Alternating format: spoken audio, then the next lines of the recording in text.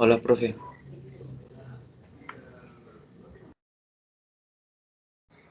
Hola Jennifer, por allá en el chat. Bienvenidos todos. Em, Hoy vamos entonces a dar continuidad con los temas que teníamos pendientes. Desde la semana anterior ya habíamos tenido evaluación formativa, entonces estamos en el cronograma como es. Como ya vieron la información por parte de la universidad, ¿cierto? Que usualmente a ustedes les llega a través de la decanatura también. Es que vamos a continuar con la flexibilidad académica, pues lo que implica que realmente sí se dan las clases, pero pues no se tiene repercusiones en la asistencia o no, y se deja el material grabado para los que no asisten. Entonces vamos a tratar de que eh, sea tan bueno la actividad para los que están presentes como clara para los que no están y tengan que de pronto recurrir a los videos.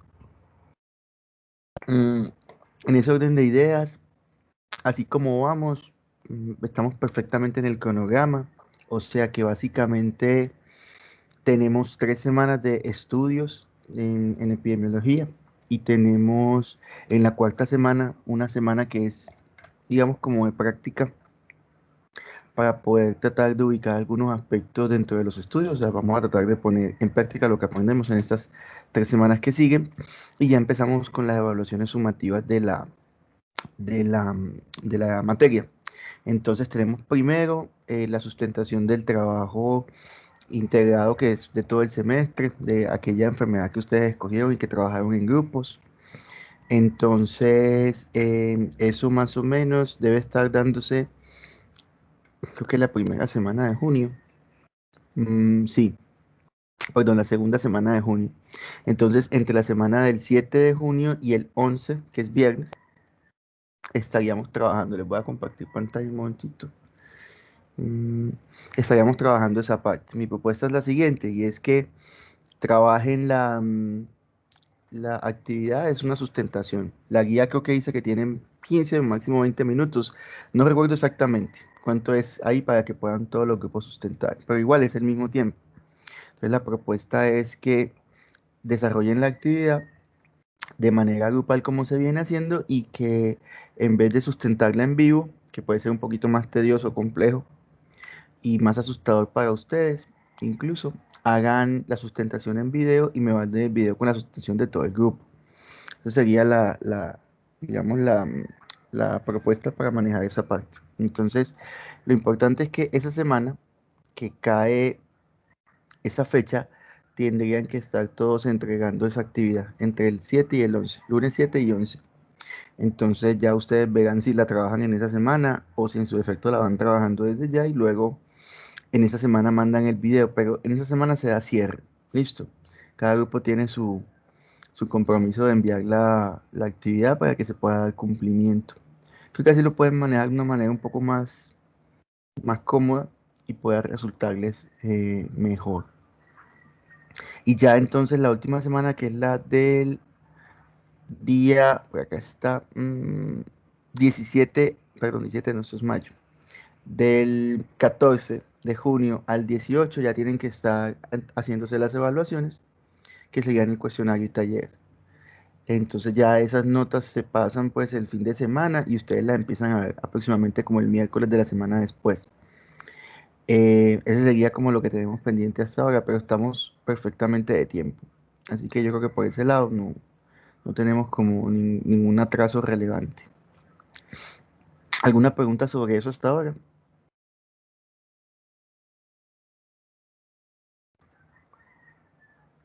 Profe, la actividad del taller, ¿de qué trata? El ¿Cómo es? taller, el sumativo, ¿te refieres a eso? Sí, profe, ¿cómo es la dinámica con ese taller? Es igual que los otros talleres que han visto, solo que se responden en la plataforma y se hacen en el periodo de una clase. O sea, la duración máxima que pueden tener son 2 horas, porque eso es lo que dura la clase. Normalmente no van a ser de 2 horas porque no son tantas preguntas y además no, por el tema del tiempo, si alguno se atrasa, entonces se puede cruzar con otra materia.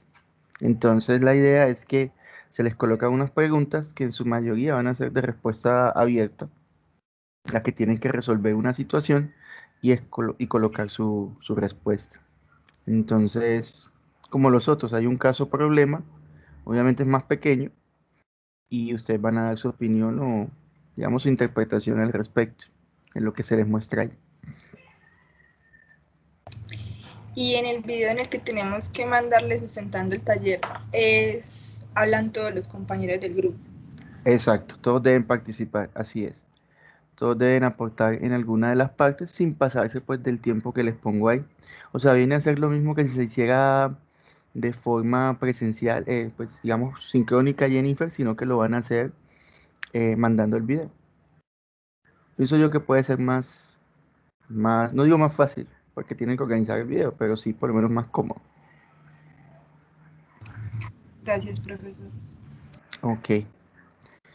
Entonces, bueno, vamos a partir de Profe, hoy. qué pena. Mande, dígame. Los porcentajes, pues, ¿tienen las tres notas del mismo porcentaje, 33.33 o cómo No. es? El examen, el cuestionario tiene 30%, el taller tiene otro 30% y la actividad que es grupal tiene 40%. La actividad grupal se evalúa con base en el cumplimiento de la guía, entonces, pues la nota obviamente va a depender de que cumplan, digamos, como a cabalidad lo de la guía. Entonces, es importante que tengan eso claro porque puede resultarles que es una exposición muy sencilla y que pues obviamente va a ser muy fácil, pero si ustedes miran la guía es muy precisa en lo que pide. Entonces, digamos que ese 40% de la presentación es un 40% que tienen que ganarse con una muy buena sustentación. Así que ahí tienen que trabajarle algo de calidad. Y esa nota es la Gracias. única nota que no es sincrónica. Dale, con gusto. Esa es la única que en este caso no sería sincrónica, según esto, sino que ustedes la van a mandar y yo lo califico. Las otras dos sí tienen que estar pues en el momento de la clase, es que se hace la evaluación. Si por alguna razón no están, ya implicaría el supletorio y los gastos estos pecuniarios del supletorio. No me acuerdo cuánto les cobran. Entonces tengan en cuenta eso, que si esas actividades no se presentan, ya el lío es más grande. ¿Algo más? Por aquí no veo nada. Listo. Entonces, bueno, vamos a empezar con la actividad de hoy. Resulta que vamos a ver tres temas grandes a partir de hoy. Vamos a ver los estudios observacionales, los estudios de intervención y los estudios integrativos. Yo les había comentado al comienzo del semestre que el programa cambió un poco. De cierta manera, este semestre tiene mucho más enfoque en las partes de interpretación y las medidas y todo ese cuento, y la parte de los estudios se compacta. Entonces, por semana vamos a ver un grupo de estudios. Entonces, estas últimas 3 semanas son como más compactas. Vamos a ver mucha teoría, pero prácticamente no van a tener que hacer nada de cálculos ni interpretaciones, porque pues ya eso lo vimos antes. Esa es la conexión que hay entre eso y con la modificación que se hace. Y obviamente, de acuerdo a las competencias, es mucho más valiosa ahora la parte teórica y la parte de interpretación. Entonces, por eso es que em, cambia de esa manera. Así que hoy, para poder arrancar, vamos a hablar lo primero que vamos a hacer es una introducción a lo que es como las generalidades de investigación. Esta parte yo les recomiendo que tengan especial cuidado en lo que les digo acá porque no está normalmente en el texto, ninguno de los textos, no lo van a encontrar así, van a estar dispersos. El estar disperso implica que no va a ser fácil para ustedes entenderlo de la misma manera como se los voy a explicar. O sea, así como se los explico, seguramente les va a ser mucho más fácil de captar. Entonces, para que más o menos estructuren, tengan unos apuntes muy orientados hacia lo que les voy a decir y además vamos a hacer un mapa conceptual, que siempre se los hago porque me parece que les ayuda a entender mucho más.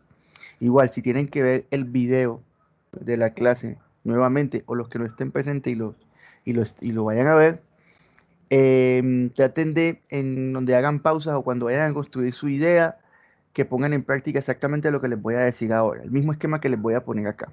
¿Listo? Entonces, vamos a arrancar para que vayamos viendo a qué me refiero. Lo primero es entender que nosotros tenemos un tipo de investigación que no es igual a la de todas las otras áreas. No es lo mismo los experimentos que ustedes hacían en el colegio, en bachillerato, cuando utilizaban químicos. Si fuera química orgánica o inorgánica, era otra cosa, eso es otro tipo de investigación. Vamos a ver cómo aplica la investigación que usamos acá en medicina.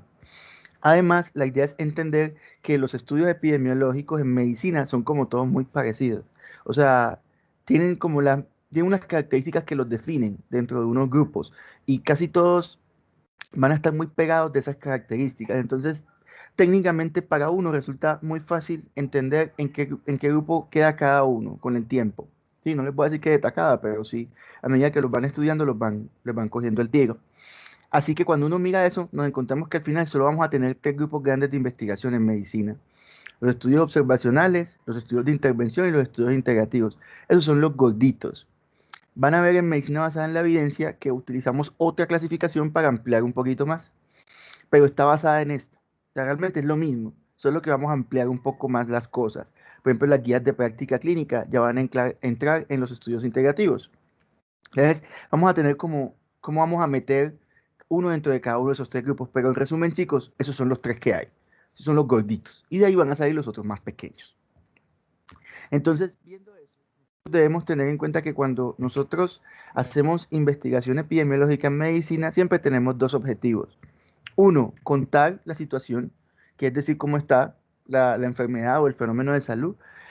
Siempre les recargo, nosotros en medicina siempre hablamos de enfermedad o de muertes, que eso es lo que más nos importa, porque es lo negativo. Pero también yo puedo describir cosas positivas, como por ejemplo la gente que no se enferma después de que se vacunó contra el COVID, así como vieron en el ejercicio que hicimos de pruebas, perdón, de causalidad y las medidas. Entonces, la idea es que yo debo describir cómo se organizan las enfermedades, ¿sí? Las características de las personas, variables epidemiológicas, persona, tiempo y lugar. Pero el segundo objetivo no es solo describir eso, sino que también es comparar. Yo puedo comparar qué cosa es mejor que otra. Yo puedo comparar dos estudiantes de acuerdo a las notas que obtienen, por ejemplo. O los puedo comparar, no sé, por la asistencia, o qué tan llenos tienen el cuaderno de los apuntes, lo que se les ocurra, pero siempre puedo comparar de alguna manera. Entonces en medicina igual comparamos. Comparamos los desenlaces, que son los que se enferman o los que se mueren, y también comparamos, por ejemplo, las exposiciones. Eso también nos permite comparar. Entonces hay dos objetivos siempre, o describir o comparar. Y eso va a dar origen a unas clasificaciones distintas. Pero siempre tenemos esos dos objetivos, chicos. Nunca nos salimos de ahí. Ah, profe, pero es que hay un ensayo clínico y están haciendo uso de dos medicamentos a ver cuál es mejor. Eso es comparar. Ah, no, profe, que están diciendo cuáles son los efectos adversos después de usar un medicamento. Eso es describir. Entonces, solo son esos dos. Por otro lado, hay que entender también, para que aterricemos, que la epidemiología hace parte de la salud pública. Ustedes se van a encontrar, cuando avancen en la carrera, van a entender que hay dos grandes ramas de la medicina. Las médico-quirúrgicas o áreas clínicas, que están netamente orientadas a la atención de pacientes, y lo que llamamos salud pública, que son las otras ramas. Entonces, la rama de salud pública no es necesariamente ligada a la atención de pacientes. En algunas sí. Tenemos, por ejemplo, en medicina tropical. Medicina tropical está en la mitad, está entre la salud pública y la atención de pacientes, pero son subgrupos pequeños. Entonces, por ejemplo, hay gente que es internista, hay unos que somos epidemiólogos, hay gente que es oftalmólogo, por ejemplo, entonces acá hay personas que son, por ejemplo, tienen educación en alguna ciencia básica en específico. Entonces tú puedes estudiar, por ejemplo, la oftalmología de la ciencia básica. Entonces, básicamente investigación o cosas así. Entonces hay muchos campos ahí. Pero entonces nuestro enfoque acá es investigativo. Entonces nosotros lo que vamos a tratar de evaluar es cómo con esa investigación nosotros vamos a generar un impacto sobre el individuo. Es por eso que la investigación epidemiológica en medicina tiene un enfoque que es poblacional. Sí, claro, nosotros cogemos un montón de gente. Yo cuando me pongo a evaluar a las personas, yo evalúo al conjunto y calculo el riesgo del individuo. Eso es lo que yo hago. Yo tengo un montón de gente, pero al fin y al cabo lo que concluyo es un riesgo que es individual. Entonces, al fin y al cabo, usted lo que termina diciéndole a un paciente es si tiene mucho o poquito riesgo de enfermarse o de morirse, tal vez. ¿Sí? Por ejemplo, yo puedo hacer investigación epidemiológica de las marchas que hay ahorita en esta época de paro y yo puedo evaluar a todas las personas, pero el riesgo se lo atribuyo a uno solo. ¿Cuál es el riesgo de tener, por ejemplo, una lesión traumática en las marchas o una intoxicación con, por ejemplo, por gases lacrimógenos o generar una arritmia? Yo puedo calcular eso. O sea, fíjense que la epidemiología, al pertenecer a la salud pública, tiene un enfoque que es diverso, así que se van a encontrar estudios de todo, de absolutamente todo, desde cosas que les parecen muy abstractas a cosas que parecen para ustedes demasiado concretas, pero entonces se puede abordar en investigación absolutamente lo que queramos, hasta como por ejemplo las marchas en el paro nacional. Entonces, cuando nosotros hacemos eso, nosotros realmente lo que utilizamos es matemáticas, eso es pura matemática, lo que quizá menos nos gusta, pero que tenemos que aprender, ahí sea para cobrar el sueldito. Hay que aprender esa matemática básica que es la que nos ayuda a interpretar y eso ustedes lo han venido viendo en todo el semestre. Cómo con esa matemática básica yo puedo interpretar los resultados, pero nosotros utilizamos digamos, la parte estadística para poder obtener los resultados que necesitamos. Así que la epidemiología no es una ciencia como tal.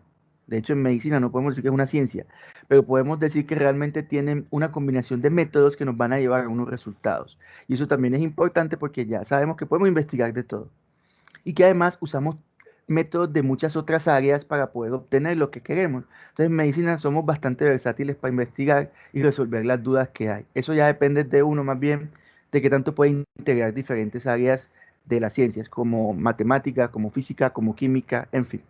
Así que vamos a ver de todo un poquito. Cuando nosotros hacemos esas investigaciones, esta imagen que está aquí lo que nos muestra es eso. Ustedes tienen un montón de gente, todos los muñequitos azules, por ejemplo, pero al momento de tratar de hacer interpretación de los resultados, vamos a hablar de ese muñequito que está amarillo, del individuo, cómo ese individuo se ve afectado con ese resultado.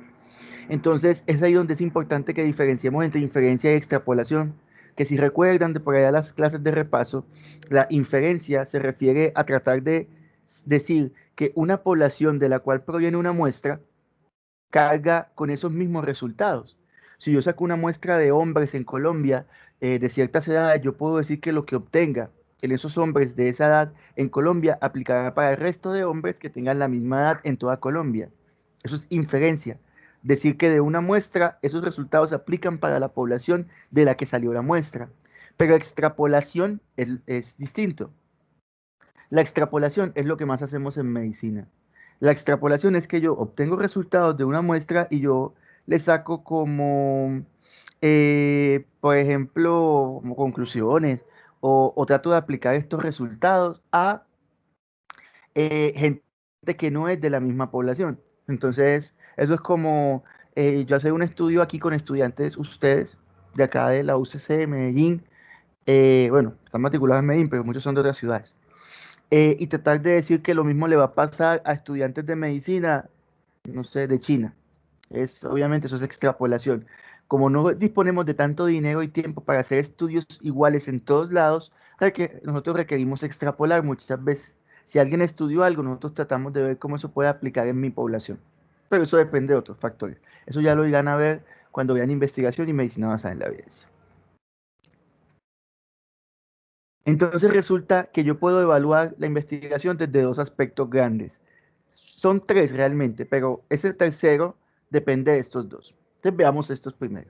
Resulta que yo puedo evaluar hacer investigación desde el punto de vista en el que la persona que hace parte de la investigación es, y digamos, es equiparable conmigo, que soy el investigador. Ese es el enfoque cualitativo. Hay una relación que es sujeto-sujeto. ¿Qué significa ser sujeto-sujeto? Que si, por ejemplo, yo me siento a hablar ahorita con ustedes, nos sentamos a hablar como amigos, por ejemplo. No hay una relación jerárquica, ¿sí? No hay una relación jerárquica. Estamos conversando y ustedes me cuentan una realidad de su vida y yo la interpreto y yo digo, bueno, esto pasa porque fulano tiene tal problema o ha pasado por tal situación difícil. Es una interpretación que yo doy a lo que el otro individuo me da. Eso es típico de la investigación cualitativa. Hay como una relación horizontal entre el investigador y el sujeto de investigación, en donde ambos comparten cosas, hasta emociones. Uno puede sentirse triste por el otro también, por ejemplo. o hay que ponerse a la par para poder entender cómo el otro interpreta ese fenómeno. Pues acá no usamos estadística, acá lo que tratamos es de generar un discurso en el cual yo interpreto por qué a alguien le pasa algo, ¿sí? La investigación cualitativa tiene la característica de que sus resultados no se pueden medir. O sea, yo no puedo decir o sea, yo puedo decir que mucha gente tal vez tiene como una creencia particular. Yo puedo decir eso, pero realmente no lo puedo medir y decir, bueno, voy a compararlo con lo de otro país. No funciona de esa manera, porque es lo que lo que interpreta el observador. Entonces acá se le da mucho peso a lo que el investigador dice, porque es el que está tratando de interpretar todo lo que todo mundo menciona. Eso es muy común de cosas como la psicología, sociología, antropología, trabajo social, psicología, ya había dicho. Bueno, esas áreas. Y ustedes verán que si ustedes alguna vez han ido al psicólogo, el psicólogo les pregunta cómo te sientes, ¿sí? Y en tal cosa, ¿cómo te va? ¿Estás durmiendo bien? O sea, son preguntas muy abiertas. Entonces, el método más utilizado acá es la entrevista. ¿Sí? Y yo voy a tratar de interpretar a través de la entrevista lo que el otro realmente tiene en su interior, ¿sí? Eso es la investigación cualitativa. Pero nosotros en medicina, si ustedes miran, no estamos como muy dados a eso. La relación en medicina es muy vertical. Entonces, el investigador en medicina es una persona que sabe mucho. Es como un dios, por decirlo así. Es como un dios que manipula al resto de individuos o sencillamente los observa a ver qué pase para ver qué sucede con ellos. Cuando digo Dios es porque la figura de jerarquía es demasiado alta. En la investigación cuantitativa, acá realmente el sujeto es el investigador, que es el que hace como las funciones de tratar de resolver el problema, pero los individuos son vistos como objetos.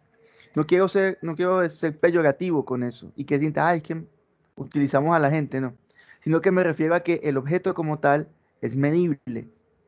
Yo les puedo decir a ustedes cuánto de RAM tiene tu celular. Y ustedes pueden buscar las especificaciones y me dicen, tiene 4 gigabytes de RAM o tiene 6, incluso los más top. Ustedes lo pueden decir, pero realmente a mí el celular no me va a generar una interpretación de eso. No me va a decir, es que yo tengo 4 de RAM, pero desearía realizarme como un celular más pro y tener 6. No. Se mide algo y listo. Entonces, por eso los sujetos son vistos como objetos de investigación. Se mide algo en ellos y ya.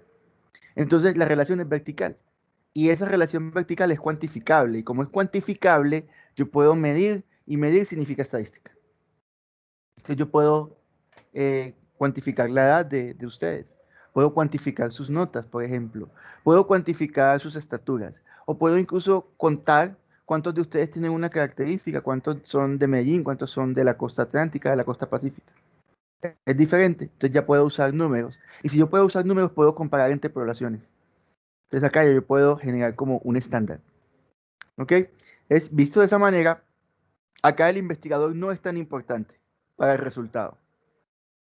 Acá lo importante es cómo el investigador obtiene el resultado. Entonces, lo relevante acá es qué sale de ese cálculo. Como es un método estadístico, ¿qué saco yo de ese cálculo? Y cómo con ese cálculo yo puedo decir que a la gente le pasa cierta situación. Eso es lo que es la investigación cuantitativa, que es la que más usamos en medicina. El método que utilizamos en medicina, la recolección, ya no viene a ser la entrevista porque yo no puedo hacer preguntas abiertas. Por ejemplo, en Ángela, que ya ha visto semiología, en semiología realmente el método es la entrevista.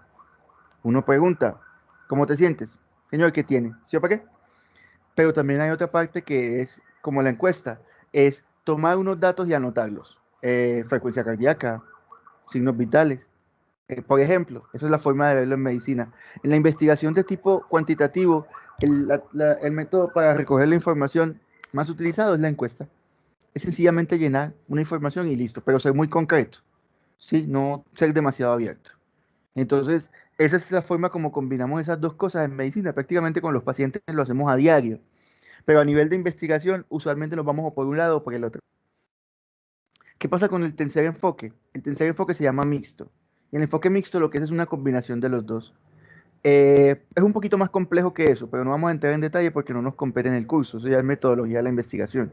Pero lo importante del enfoque mixto es que me permite combinar la interpretación del sujeto, ¿sí? Lo que él me quiere decir, lo que él siente, ¿sí? Junto con lo que eso representa para él. Imagínense una entrevista en la que yo le pregunto al individuo sobre el estrés. Por ejemplo, ¿cómo te sientes ahora en estos momentos difíciles en nuestro país? ¿Cómo te sientes? ¿Qué sientes? ¿Duermes bien? Tal cosa, etcétera, etcétera. Y tratar de evaluar cómo eso puede tener relación, por ejemplo, con la presión arterial de la gente, o con su frecuencia cardíaca, o con otra condición vital que yo pueda medir. Entonces, genero una combinación de ambas cosas y voy a obtener un estudio que va a hablar tanto de la parte subjetiva del individuo como de la parte estadística que nos permite interpretar el fenómeno. Esa es la idea de evaluar, de entender los tres enfoques, hacia dónde nos van a llevar. Entonces, si nosotros nos enmarcamos en el enfoque cuantitativo, que es el que más utilizamos en medicina, esta es la secuencia que se utiliza para el enfoque cuantitativo. Yo primero parto de una idea, ya que digo, hay un problema, pongamos el ejemplo del COVID, hay un problema que se llama el COVID. Usted no sabe realmente qué es, usted tiene un montón de personas en China que se han ido infectando de a poquitos, bueno, infectando no porque tampoco sabe que es una infección, se han ido enfermando de a poquitos y van teniendo unos cuadros muy típicos, que usted prácticamente los puede decir, son todos igualitos. Y usted dice, aquí pasa algo, ¿no? Entonces, cuando usted obtiene esa primera duda, usted dice, listo, pasa algo, yo voy a ver cómo voy a poder evaluar esto. Hace el planteamiento del problema. Usted dice, bueno, ¿qué pasa que la gente está enfermando así, así, así? Y entonces usted empieza a leer, ta, ta, ta, ta, ta, y empieza a darse cuenta que hay unos cuadros similares que ya han pasado en China, que han tenido otros nombres, que más o menos suceden cada tanto, y que eso probablemente pueda ser un virus. Ah, bueno, entonces dice, listo, yo tengo que averiguar cómo es esto. Y va y busca, entonces, cómo puede resolver este problema. Y en la fase 4 que aparece allí, yo voy a tratar de visualizar hasta dónde puedo llegar con el estudio. ¿Qué tengo que hacer yo para poder resolver esta pregunta? Necesito un estudio de cohortes, un ensayo clínico. O sea, yo realmente hasta ese momento ni siquiera escojo qué tipo de estudio voy a usar, sino más o menos con qué puedo resolver la pregunta que tengo, hasta dónde tengo que llegar en investigación para resolver esa duda. Y cuando ya yo digo, bueno, me voy a ir por este lado, voy a hacer una comparación, una cohorte de personas expuestas a enfermos y otra cohorte que no esté expuesta a enfermos. Y voy a plantear una hipótesis. Bueno, la hipótesis es que no hay diferencias entre la exposición a enfermos o no con respecto a enfermarse de ese coso que parece el COVID. Y yo empiezo a desarrollar toda mi cuestión del estudio. Entonces, en la fase 6 es donde yo escojo el diseño de investigación. ¿Cuál es el diseño que me ayuda a resolver esta pregunta? Y eso es lo que ustedes van a ver las próximas 3 semanas. ¿Con qué tipo de diseño es que yo puedo resolver la duda que tengo? O sea que lo que ustedes ven prácticamente durante esta línea de investigación en su carrera es lo que pasa de la fase 6 en adelante. Es cómo un diseño de investigación me va a llevar a resolver una pregunta. Eso es lo que ustedes hacen. Lo que pasa es que cuando yo llego al artículo es diferente. Eso ya lo vamos a ver en el último punto. Pero yo puedo escoger un diseño de investigación y de ahí en adelante trabajarlo. ¿Sí? Y tratar de resolver una duda con ese. ¿Qué sucede? La fase 7 dice, yo defino y selecciono la muestra, entonces es muy importante escoger a los individuos que realmente vayan a representar lo que a mí me interesa. Necesito trabajar con gorditos, pues no puedo coger flacos, necesito coger gorditos. Entonces esa es la idea. Recojo los datos, bueno, todo el proceso que me vaya a gastar ahí, luego los analizo y al final en la fase 10, que es el último, es el culmen de la investigación cuantitativa, es la publicación de los resultados. Eso es lo que ustedes usualmente van a leer, los llamados artículos científicos. ¿Qué pasa con esos resultados? Cuando ustedes los lean, se van a dar cuenta que el artículo, en teoría, debe reflejar todos los pasos anteriores. Todos los pasos anteriores. Por eso les digo que ustedes dentro de la carrera lo que logran ver más o menos es entre la fase 6 y la fase 10, desde que se escoge un tipo de investigación y se ejecuta, hasta que se presentan los resultados. Pero cuando ya tú coges los resultados, te das cuenta que todo debe estar metido dentro de él. Así que ustedes cuando vean, por ejemplo, investigación el semestre entrante o vean medicina basada en la evidencia, les van a preguntar absolutamente todo. Porque técnicamente cuando voy a leer el artículo, yo debo poder entender desde la idea hasta toda la parte del final, qué resultados y si esa conclusión realmente me es útil o no. Eso es lo que hacemos en esta línea de investigación que ustedes ven en la universidad. Si nosotros entendemos el método, el enfoque cuantitativo de esa manera, nosotros vamos a poder entender que bajo ese concepto yo voy a poder coger los estudios y partirlos como por partes, como por grupitos, ¿sí? Y con esos grupitos que voy a generar, voy a tratar de, digamos, como como generar como un pool de herramientas para resolver preguntas. Entonces, al clasificarlos, yo lo que estoy diciendo realmente es para qué me sirve cada uno. Y así ya yo sé de cuál voy a echar mano. O en su defecto, si yo estoy leyendo algún artículo científico que me esté hablando de un tipo de estudio en particular, yo voy a poder saber qué es lo que pretenden resolver. Cuando ustedes escuchan ensayos clínicos, se imaginan que son de medicamentos. Bueno, es una opción, pero realmente no todos son de eso. Pero ustedes ya por lo menos van entendiendo hacia dónde va. Y cuando uno empiezan a decir estudios de cohortes, uno se imagina que están evaluando un montón de gente a ver si se enferman. Y uno va como tiene una idea de para dónde va el estudio sin leérselo por completo. Listo. Eso es lo que vamos a tratar de llegar en este curso, entender cómo se constituyen y con su clasificación, para qué me sirven, cómo voy a leer, qué utilidad, además en cuanto a la proyección de los resultados pueden tener, porque no es solo que el estudio me sirva para evaluar el efecto de dos medicamentos, sino poder entender si eso realmente es aplicable a la gente. Ese tipo de cosas son las que vamos a sacar de acá. Hasta ahora, ¿hay alguna pregunta? ¿Quieren de pronto aclarar algo antes de que pasemos? Por acá. No veo como nada. Cualquier momento ya saben que me pueden preguntar. Entonces, vamos a ver los tipos de estudios según las características que tienen. ¿Sí? Esta parte, como les digo, eso no lo van a encontrar fácilmente en los libros y se van a enredar un poquito. Entonces, voy a tratar de resumirles, de acuerdo a algunos ítems, cómo puedo yo clasificar esos estudios y sacarle más provecho a la clasificación para no enredarme tanto en los recovecos. Entonces, empecemos por decir que yo les propongo que tengan en su mente que los estudios, todos tienen 7 características. 7 más o menos. ¿Sí? Bueno, ¿qué sucede? Cuando yo veo cada una de las características de los tipos de estudio que utilizamos en epidemiología médica, yo me voy a encontrar que cada una de esas características corresponde a una pregunta que yo me puedo hacer. Entonces, si yo me hago esa pregunta y la respondo de una forma u otra, voy a ir obteniendo diferentes clasificaciones. Eso es importante. Con cada pregunta que yo voy respondiendo, así como se las tengo aquí ordenadas, yo voy entrando en la clasificación del tipo de estudio. La primera pregunta de todas es si hay o no hay una intervención. Eso lo vamos a volver a ver en un momentico cuando toquemos ya cómo es la clasificación. Pero lo importante es que me haga el orden de las preguntas. Primero, ¿hay una intervención o no? Si el investigador hace algo para modificar el curso de la enfermedad en los sujetos de investigación, hay una intervención.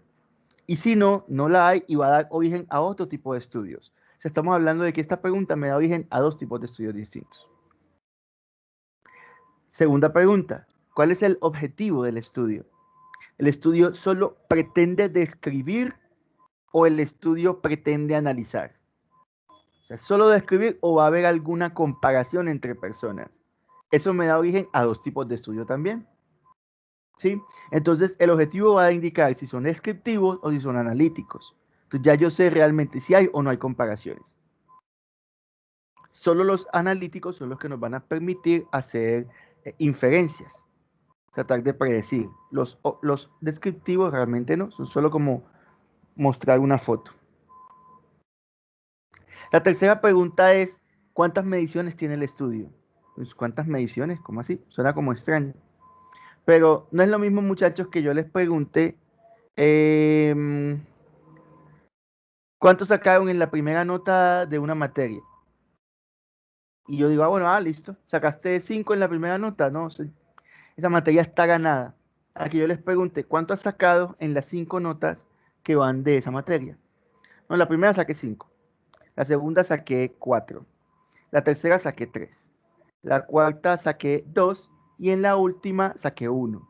Entonces, vamos viendo obviamente que los resultados han sido desfavorables y ha disminuido el rendimiento académico. Entonces, yo puedo ver una tendencia. Entonces, si yo solo tengo una medición, solo me puedo referir a esa nota. Uy, ese man sacó 1. Malísimo. Ah, pero es que también antes había sacado otras notas mejores, puede ser. ¿Sí? Entonces, cuando un estudio solo tiene una medición, se clasifica de una forma. Solo se evalúa una variable de interés una sola vez. Pero si alguna de las variables de interés se mide más de una vez, ya es un seguimiento. Entonces vamos a tener que son 2 o más mediciones, cambia el tipo de estudio. Y siempre que tengamos más mediciones, podemos hacer comparaciones. Entonces podemos decir cómo va a ser la tendencia hacia el futuro. Por ejemplo, con lo que les acabo de decir, la tendencia es a disminuir la nota, pero puede ser totalmente al revés. Esa es la idea de entender que pueden haber una o más mediciones. Por otro lado, está la temporalidad, que hemos visto varias veces este concepto, ¿no? Temporalidad, como la relación de tiempo o el momento entre una cosa y otra. Acá es igual. La idea es saber hacia dónde mira el estudio. Si nuestro estudio está tratando de ubicar cosas que pasaron en el pasado, cosas que ya sucedieron, gente que ya viene enferma o que ya se había expuesto a algo. Mientras que los estudios también pueden ver hacia el futuro y ayudarnos a predecir. Es decir, pueden tratar de evaluar si la gente se va a enfermar o no, o si se va a exponer o no. Y eso nos ayuda a predecir en el futuro sobre la exposición y sobre el desenlace. Pero incluso hay estudios que cogen un poquito del pasado y un poquito del futuro. Es decir, ¿cuánto pesaba usted hace un año? ¿Cuánto pesa ahora? ¿Y cuánto va a pesar dentro de 6 meses para tratar de saber cuál va a ser su tendencia de peso en 2 años o 3? Son estudios que cogen datos de múltiples tiempos, tanto del pasado como del futuro, y así permiten hacer mejores proyecciones. Eso es temporalidad. El otro criterio se llama selección. Y la selección me dice a mí es a cómo estás escogiendo a los individuos. ¿Cómo los escoges? ¿Los escoges porque están sanos o los escoges porque están enfermos? ¿O escoges enfermos y sanos a la vez? Eso me va a permitir a mí entender hacia dónde va el estudio, uno. Y también me va a permitir a mí entender, pues, oye, qué tipo de estudio. Si yo cojo pacientes que al comienzo están sanos, pues yo probablemente voy a evaluar quiénes se enferman. Si cojo pacientes que están enfermos, probablemente voy a evaluar quiénes se curan o quienes mueren de esa enfermedad tal vez. Pero yo tengo la idea. Y eso también me va a ayudar a entender si es un estudio de cohortes, casos y controles, de intervención. Todo eso me ayuda. Las últimas dos características, asignación y control, solo aplican para unos tipos de estudios, que como veremos más adelante son los estudios de intervención o intervencionales. ¿Por qué? Porque en los estudios intervencionales va a haber un tratamiento o un método diagnóstico que aplicar. Entonces, en ese grupo de individuos, yo voy a tener que asignar un tratamiento a unos y otros y otro a otros. Eso se llama asignación. Yo debo saber si la asignación de la intervención que voy a aplicar es aleatoria o no. ¿Qué sería aleatoria? Que todos tengan el mismo chance de que se les dé X o Y tratamiento o X o Y método diagnóstico. Ah, profe, lo que pasa es que usted me quiere aplicar a mí la prueba diagnóstica del COVID, pero por antígeno. O no, pongamos por anticuerpos, más fácil. Y la otra, a los compañeros se los va a aplicar por antígeno. Y yo tengo un problema, profe, que tengo un tiempo de sangría muy largo. Entonces, si me chuzan el dedo, sangro mucho tiempo. Entonces me puedo demorar qué rato ahí sangrando. Entonces, un ejemplo pues muy tonto. Entonces yo digo, bueno, a este muchacho yo no le puedo aplicar la prueba capilar porque es que es más fácil que sangre así. La prueba por antígeno, de pronto ni sangra la nariz, no pasa nada. Pero el problema es que en el dedo de pronto sangra demasiado. Es un ejemplo muy tonto. Entonces yo digo, ah, bueno, a este muchacho no hay forma, me toca hacerle la prueba que es por antígeno, esperando que no sangre. Entonces vean que ahí no es aleatorio. ¿Por qué? Porque hay unos individuos que realmente les toca de una sola forma, no hay otra opción. Entonces es muy importante que sea aleatorio, que todos tengan el mismo chance, para evitar que los resultados estén sesgados por alguna condición del individuo. Esa es la idea. Y lo último, que es el control, que también es para ese tipo de estudios. O sea, realmente todos los estudios que son analíticos tienen grupo de control. Pero ¿qué pasa con los estudios experimentales o cuasi experimentales, llámense intervencionales en general? Que a veces puede haber un grupo de control.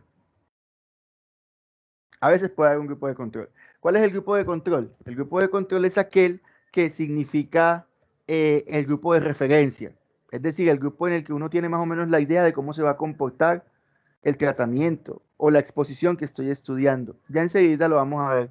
Pero control, chicos, quiero que se les grabe, no se confundan, porque de hecho ayer tuve una asesoría con un estudiante de un semestre más adelante que me pidió un favor.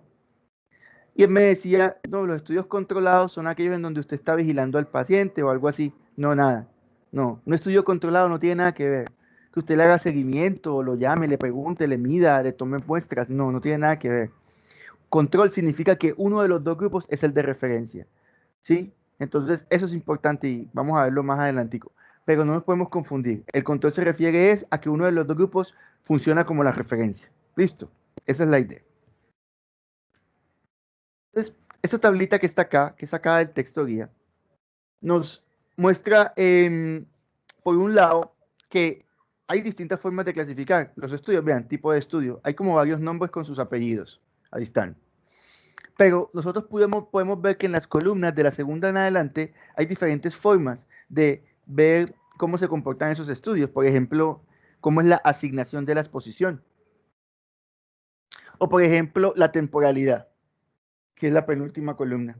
Entonces, si ustedes se dan cuenta, todos pueden tener las características que ahí estamos evaluando, que son las que yo les acabo de mencionar, de una forma un poco más ampliada que esto, pero pueden tenerlas todas. El punto es que no las van a tener iguales, y eso es lo que va a marcar la diferencia. Cuando usted, por ejemplo, evalúa un estudio de casos y controles contra uno de cohortes, ¿hay dos grupos? Sí, claro. ¿Hay un grupo de control? Sí, claro, porque siempre hay un grupo que tú esperas es el que más riesgo tiene. Pero los estudios de casos y controles, por ejemplo, en la temporalidad son retrospectivos. Los de cohortes son prospectivos, por naturaleza. ¿Que hay cohortes retrospectivas? Sí, claro, cohortes del pasado, pero igual son prospectivas. Esa cohorte también se midió prospectiva en algún momento. Entonces, siempre va a haber un detalle que va a marcar la diferencia entre uno y otro. Y eso es lo que tenemos que entender para no confundirnos al clasificarlos.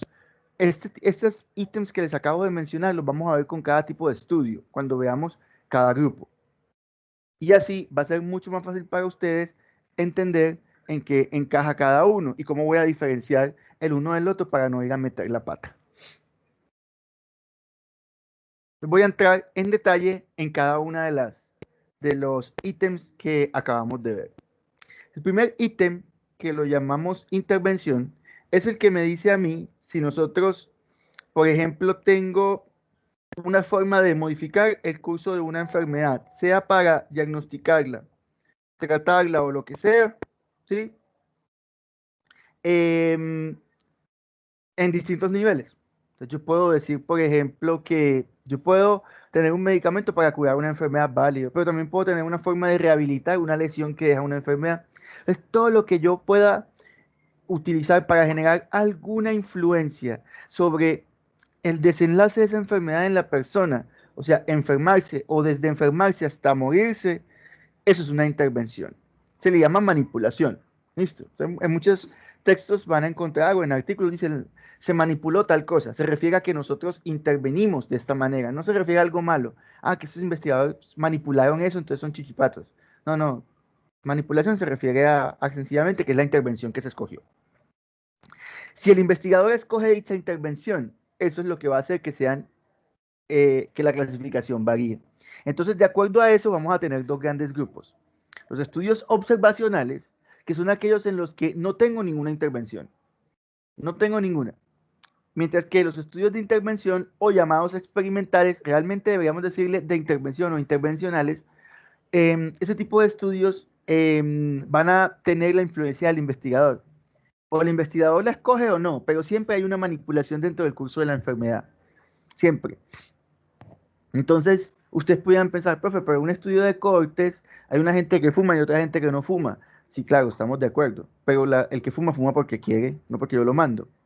Entonces, eso es distinto. O sea, siempre que la exposición que yo estoy evaluando sea naturalmente adquirida por el individuo, eso no es una intervención y son estudios observacionales. De lo contrario, serían estudios de intervención o intervencionales. Entonces, si yo miro eso, yo puedo pasar a esta parte y es, ya yo decidí que el estudio tiene o no tiene intervención. Si el estudio tiene o no tiene intervención, igual yo puedo comparar dos grupos. Yo puedo comparar. Eso es muy importante. Entonces, en ese punto es cuando yo me voy a hacer la pregunta de cuál es el objetivo del estudio. Pero siempre es importante tener en mente si hay un grupo de control, porque eso va a permitir una comparación más adecuada. ¿Ok? El grupo de control es el que se va a entender como el que menos riesgo tiene. También se le llama grupo de referencia. Entonces, si yo paso a la segunda pregunta, ¿cuál es el objetivo del estudio? Entonces, yo tengo que saber si lo que voy sencillamente es a decir cómo es la fotografía, cómo está la gente, el fenómeno de salud o enfermedad, o si voy a comparar dos grupos de personas. Si yo voy a describir, pues sencillo, yo muestro los resultados de mi hallazgo, pero si voy a comparar, estoy diciendo que puede haber o no diferencias entre los dos grupos, y esas diferencias van a marcar algo de riesgo o alguna cosa importante. Ah, los que no usan tapabocas se enferman más que los otros. Ah, bueno, entonces yo estoy diciendo que es un riesgo no usar tapabocas. Entonces, si yo lo miro de esa forma, siempre voy a tener, digamos que, de una forma muy natural, que los estudios de intervención siempre van a ser analíticos. ¿Sí? Acá vamos a ver que dependiendo del objetivo, si solo es descriptivo, se llaman estudios descriptivos. No hay un grupo de control, no hay con quién comparar. Pero cuando hay un grupo de control, o sea, con quién comparar, hablamos de estudios analíticos. Entonces, los estudios de intervención siempre van a ser analíticos, porque siempre hay una comparación. A veces hay un grupo de referencia que ya es bien conocido, a veces no. A veces los dos grupos son totalmente nuevos, pero realmente funciona como una comparación. Entonces, básicamente lo que debo saber es si se va a comparar. Un ejemplo, chicos, si ustedes tienen una vacuna contra el COVID que ya es conocida, por ejemplo la de Pfizer, y ya lleva 20 años en el mercado, y aparece una nueva, si yo intento comparar la nueva con la vieja es la vacuna de control, es el grupo de control. Pero en este momento, por ejemplo, nosotros no tenemos vacunas que funcionen como de referencia porque todas son muy nuevas. Entonces, todas van a tener como el mismo peso. Así que en ese tipo de estudios, yo hablo de estudios que no tienen control. ¿Hay una comparación? Sí, claro, hay una comparación. Lo que no hay es un grupo de control.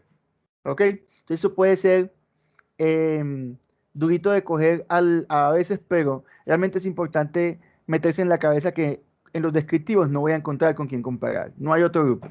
En los analíticos siempre hay con quién comparar. ¿Ok? Esa es la idea. Profe, Hola. no sé si entendí bien. Entonces vos estás diciendo que aunque yo no tenga grupo de control, si yo intervengo en la investigación ya es analítico. Sí, es que todas van a ser analíticas, porque siempre vas a comparar. Todas las manipulaciones son comparativas. O sea, tú no puedes, por ejemplo, si tú coges un estudio de un paciente, por ejemplo, imagínate que vas a hacer una intervención, pero con un solo grupo de pacientes. ¿Sí? Entonces tú dices, voy a aplicarle insulina a estos pacientes y a ver cómo les va. Ah, no, eso debe ser observacional. No, observacional no puede ser porque hay una intervención. Entonces ya sabes que en los observacionales no encaja, en ninguno. Entonces, si hay una intervención, pero solo hay un grupo, y tú le vas a aplicar un medicamento para ver qué cambio hay, tú estás midiendo un cambio. Insulina, para ver si el azúcar baja o no. Así sea la misma cantidad de personas. Esas mismas personas funcionan como el grupo con el que vas a comparar. Y ese tipo de estudio del que estamos hablando es un estudio cuasi experimental. O sea que no hay forma humana en la que un estudio en el que haces una intervención no sea analítico, porque precisamente la intervención se hace para comparar. ¿Sí me hago entender así? Sí, sí. Imagínate que no tuvieras ni siquiera el azúcar. Entonces, les voy a poner insulina a ver si se les baja el azúcar. Pues, ¿cómo vas a saber si se les bajó si no sabías cuánto tenían antes, ¿sí? Entonces, ese es el truco. Siempre que hay una intervención es un estudio intervencional y todos los intervencionales van a ser analíticos, hasta los cuasi experimentales. Porque los cuasi experimentales que tienen configuraciones muy extrañas, ya los veremos, igual van a lo mismo, a mostrar una diferencia, un cambio. ¿Sí? Y para poder tener un cambio, tú tienes que comparar algo contra otra cosa. Entonces, esa es la idea. Listo, profe. Listo, ahora sí me quedó claro, gracias. Vale, con gusto. De todas maneras, ahorita, antes de que acabe la clase, antes de la primera pausa, hacemos un mapa conceptual. De hecho, ya lo tengo ahí dibujado para no volverlo a hacer. Y van a ver más bien cómo encaja todo. van a ver lo mejor, perdón. Entonces, también me puedo preguntar cuántas mediciones tiene el estudio, porque es muy importante. Como les decía ahorita, entre más mediciones tenga, yo más puedo predecir. Entonces me han hecho 5 exámenes y cada vez salen peor. Entonces usted probablemente está desmejorando en su salud. O no, me han hecho el examen del colesterol y cada vez está mejor, pues usted está mejorando. Entonces, de acuerdo al número de mediciones, podemos partirlo en 2 grupos. Los estudios que solo toman una medición, hacen un corte, pum, de una. Solo me interesa el valor que hay hoy. Y los estudios que tienen varias mediciones. Tengan en cuenta que entre más mediciones hago, más puedo predecir. Si algo es útil para evaluar incidencia y predicción, es hacer varias mediciones. Porque es como ver un cambio, ¿no? Entonces, en ese momento, nosotros vamos a poder relacionar esto con el tema pasado. Y es que cuando los estudios son transversales o de corte, una sola medición, o sea, si yo hago un corte hoy, es por algo que ya pasó. Yo no puedo decir, hoy voy a hacer un corte hoy para saber qué va a pasar mañana, no. Hago un corte hoy con lo que tengo. O sea que lo que tengo es del pasado. Todos los estudios transversales son retrospectivos, hablan del pasado. Porque estoy cortando, estoy diciendo hasta aquí y de aquí para atrás, ¿qué había? Y si eso es retrospectivo, mira para el pasado, cuando uno mira para el pasado, está hablando de prevalencias, lo que ya ha pasado. Y si yo hablo de prevalencias, estoy hablando de factores asociados. O sea que de aquí en adelante ustedes se pueden meter en la cabeza que estudios transversales se van a interpretar como factores asociados. Y los resultados de estudios longitudinales, que son seguimientos, o sea, hoy la gente tenía esto, después tiene esta cosa, después tienen esta otra cosa, o sea, van apareciendo o va habiendo cambios, esos son incidencias, son cosas nuevas, miran hacia el futuro. Entonces, todos los estudios longitudinales, ¿sí? Todos los que son de seguimiento, tengan 2 o más mediciones, siempre van a ser estudios que hablen de factores de riesgo, porque me van a comparar un valor con otro. Y cuando yo comparo, yo puedo decir, bueno, si esto subió, pues la tendencia es que siga subiendo. Esa es la idea. Entonces no se les va a olvidar eso. Listo, factores de riesgo. Dime. Profe, yo podría tener un estudio transversal en uno longitudinal. No. Si tú tienes un estudio transversal sacado de un estudio longitudinal, estás haciendo una cosa que se llaman estudios híbridos. Sí, pero cambia la característica del estudio. Te voy a poner un ejemplo muy típico de esto. Esto sí no van a encontrar nunca en los libros porque ni a palos. Toca buscar en internet algunos autores que han descrito. Hay una cosa que se llaman los estudios de casos y controles anidados. Dice, ¿anidado de quién? De una cohorte. Entonces tú coges una cohorte de personas, o 2 cohortes, como quieras. Preguntar que hay cohortes. Entonces tú estás viendo las cohortes y resulta que te estás dando cuenta que hay una gente que desarrolla un evento, alguna enfermedad. Pongamos que son un montón de mujeres y tú lo que estás es evaluando si esas mujeres van a desarrollar una hemorragia uterina anormal con el tiempo. Imagínate una vaina así. Entonces tú estás siguiendo a las mujeres, hay unas mujeres que toman anticonceptivos orales y otro grupo que no, y ellas están ahí tomando sus anticonceptivos, las otras no, y tú estás viendo cuáles se desarrollan hemorragia uterina anormal, ¿cierto? Entonces, resulta que tú te vas dando cuenta que hay mujeres que en el transcurso del seguimiento, por ejemplo, en el grupo que está tomando los anticonceptivos orales, no solo desarrollan esa hemorragia, no, realmente algunas ni siquiera la han tenido, sino que te vas dando cuenta que algunitas van desarrollando otro evento distinto, por ejemplo, trombosis venosa. Hacen trombosis venosa de los miembros inferiores. Entonces tú dices, bueno, mi estudio es de cohortes y yo lo que estoy es viendo si hay una diferencia entre usar unos anticonceptivos orales con respecto a desarrollar hemorragia uterina normal. Uy, pero me han aparecido unas viejas con trombosis venosa. Yo no puedo perder esto. Entonces tú empiezas a coger mujeres que hicieron trombosis venosa y la vas a empezar a comparar con otras mujeres parecidas a ellas, pero que no tienen trombosis venosa. Generaste un estudio de casos y controles, pero es aparte. Entonces se llama casos y controles anidados. Es decir, los casos y los controles no provienen de una población, eso lo veremos también después, no provienen de una base poblacional o de una base hospitalaria, provienen de una cohorte que tú venías siguiendo. Ambos tienen que salir de ahí. Entonces, eso te da la claridad de que los casos y los controles pertenecen a una cohorte que ya estaba definida. Esa es la forma de hacerlo, pero nunca puedo tener los dos de forma simultánea. O sea, tú estás haciendo dos análisis totalmente diferentes. ¿Sí me hice entender con eso? Sí, profe, muchas gracias. Ok, con mucho gusto. Entonces ya eso es, digamos que eso es de lo más fino que hay en epidemiología. Ya son combinaciones. Hay muchas, realmente hay muchas. Usted se puede inventar muchas cosas. Y cuando veamos los cuasi experimentales, uno dice, pues técnicamente uno no investiga es porque no le da la gana, porque puede inventar mucho etc. Pero entre más inventas, más enredas la cosa. Entonces los resultados ya no son tan buenos. Ya no son tan confiables en ese sentido. Pero sí los hay muchísimos. Gracias por tu pregunta. Entonces, además tengo la temporalidad. Y en la temporalidad que les decía, ¿para dónde mira el estudio? Yo puedo mirar para el pasado, puedo mirar para el futuro. Entonces ustedes pueden decir, bueno, voy a ver hasta ahora cómo me ha ido. Uy, me ha ido súper mal me ha ido súper mal en el amor. Yo el amor no es para mí. Yo no me voy a casar. No voy a tener novia, novio, nadie. Soltero eternamente. Puede ser. Pero usted puede mirar hacia el futuro y decir, no, pues me ha tocado una gente más mala, todos chichipatos. Yo voy a tratar de conseguirme una pareja mejor hacia el futuro y a tener la vida de pareja que yo deseo, como con 100 hijos y todo. Y gatos y perros también. Entonces, usted verá para dónde mira. Los estudios hacen eso mismo. Miran hacia el pasado y nos dicen cómo estaba el pasado, cuál fue el panorama del pasado. O miran hacia el futuro con la expectativa de qué va a pasar. Es decir, que la gente se vaya a enfermar o les aparezca algo. Cuando hablamos del pasado, se llaman estudios retrospectivos. Todo lo que es pasado es prevalencia. Retrospectivo, prevalencia, factores asociados. Pero también miran hacia el futuro. Entonces se les llaman estudios prospectivos.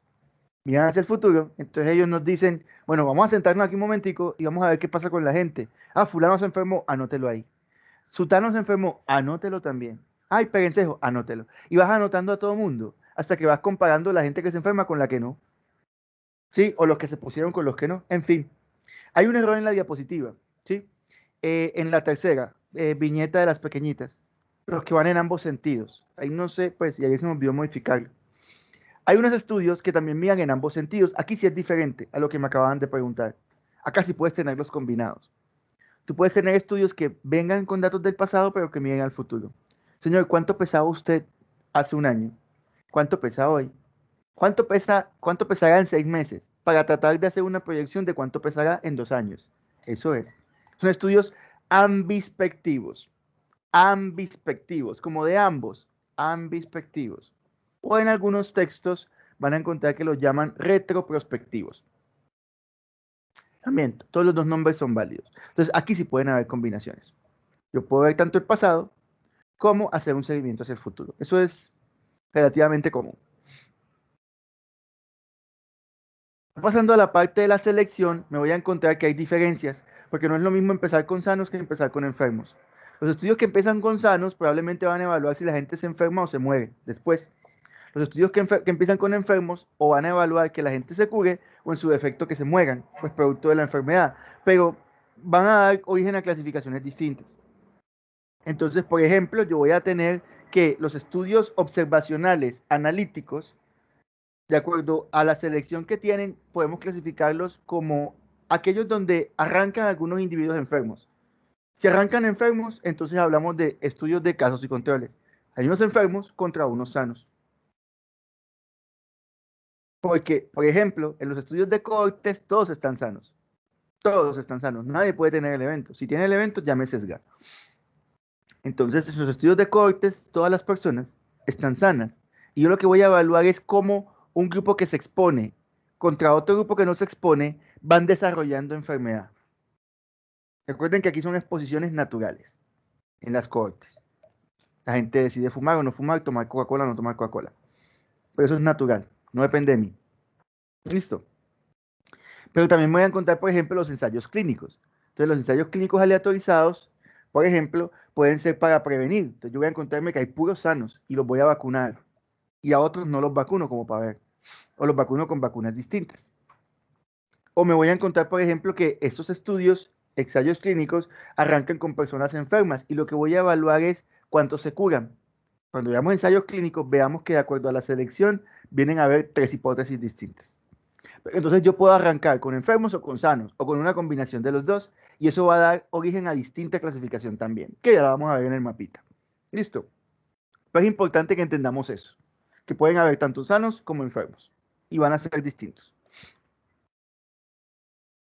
En estas dos últimas, que son asignación y control, entonces vamos a entender que aplican solo para los estudios de intervención, porque estamos hablando de que vas a manipular el curso de la enfermedad. ¿Qué es manipular la enfermedad? Insisto, diagnosticar es manipular la enfermedad. ¿Sí? Como dice el dicho, ojos que no ven, corazón que no siente. Si uno no le dicen que se va a morir, uno vive tranquilo hasta que muere. Más o menos así. Si ustedes dan un diagnóstico al individuo, de hecho su fisiología cambia, cambian muchas cosas, su estado de ánimo, lo que va a hacer para mejorarse o no mejorarse. Entonces, todo eso son manipulaciones de la enfermedad o del estado de salud. Entonces, vamos a ver que pueden ser aleatorias o no aleatorias. Eso es muy importante, porque como estamos hablando de estudios de intervención en este punto, los estudios de intervención se van a clasificar de acuerdo a si hay aleatorización o no. Como les voy a mostrar en el mapa conceptual, nosotros decimos, ensayo clínico aleatorizado, ensayo clínico no aleatorizado. Pero realmente son dos grupos de estudios totalmente diferentes. Así que los estudios que son aleatorizados en su asignación se llaman experimentos o experimentales. Esos son los verdaderos experimentales. Mientras que los estudios donde la asignación no es al azar, sino que es a conveniencia o por necesidad del paciente, o incluso el investigador no introduce la manipulación, sino que la manipulación ya venía dada, porque al paciente le tocó un tratamiento que le mandaron en la EPS. Se van a llamar estudios cuasi experimentales o cuasi experimentos. Solo que en la parte clínica nosotros les llamamos ensayos clínicos. Todos son ensayos clínicos. Pero los que son aleatorizados son experimentos. Y los que no son aleatorizados son cuasi experimentos. Ya lo veremos en el mapa. Listo. Aquí lo importante es entender que si la asignación del medicamento o la intervención es al azar, mucho mejor. Y acá está el control. Entonces, el control aplica para, como les decía, varios tipos de estudios. Si yo tengo un estudio analítico, observacional analítico, es que ya yo sé, pues uno de los dos grupos va a servir de referencia. Pues eso es bobada, no hay problema. Siempre va a haber un grupo que va a servir de referencia. Eso no va a cambiar. Pero los de intervención, yo también puedo aplicar el concepto de control. Todo lo que sea analítico puede tener control. ¿Sí? Acá en los estudios de intervención, ¿qué pasa con el control? Recuerden que el control es el grupo de referencia. Entonces, puede o no haber grupo de control. No significa que tenga uno un solo grupo. No. Significa que un grupo va a servir de referencia para compararlo contra el otro. El ejemplo que les ponía de las vacunas. Si tú tienes dos vacunas distintas y una ya la vienes utilizando, sabes cómo se comporta, es todo eso. Entonces, esa es tu vacuna de referencia, grupo control. La nueva vacuna es la vacuna experimental. Entonces el grupo de control es si hay con quién comparar como referencia. En este momento con las vacunas del COVID, pues con quién vas a comparar si todas son nuevas. Entonces tú haces tus estudios, claro que sí, pero realmente ninguna es referencia para la otra. Me dio que la de Pfizer es mejor que la de AstraZeneca. Bueno, pues sí, ¿qué te puedo decir? No te puedo decir nada, normal. Pero resulta que la de Pfizer la venimos usando 10 años, porque esto va para largo. 10 años poniendo la de Pfizer. No, mentira, porque eso seguramente va a cambiar cada tanto. Entonces, por ahí 3, 4, 5 años cambiando de vacuna de Pfizer, por el cambio de las cepas. Entonces tú dices, bueno, en 5 años me he dado cuenta que realmente la vacuna de Pfizer no genera inmunidad a largo plazo. Pero esa es la que más usas, esa es la de referencia.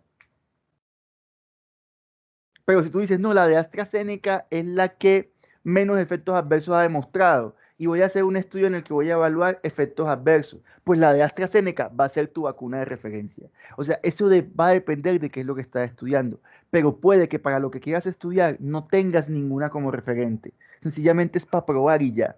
Eso es haber o no haber control. Entonces vamos a hablar de ensayos clínicos con control o sin control, aleatorizados con control, aleatorizados sin control, no aleatorizados con control, no aleatorizados sin control. Esa es la idea. Puede o no haber control. Eso es como un apellidito que lleva el estudio hasta allí. ¿Dudas hasta allí que quieran preguntar antes de ver el mapa? Y que hagamos la pausa, pues también.